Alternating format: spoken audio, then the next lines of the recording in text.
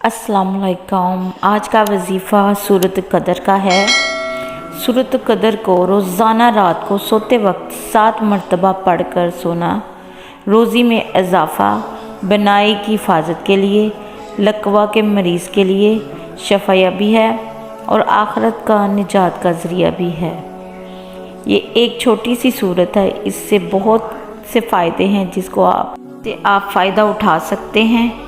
और मुझे हमेशा दुआओं में याद रखिएगा, क्योंकि मैं हमेशा आपके लिए अच्छे से अच्छा, छोटे से छोटा वजीफ़ा लेकर आती हूँ जो आपकी ज़िंदगी में आसानियाँ पैदा करने के लिए होते हैं।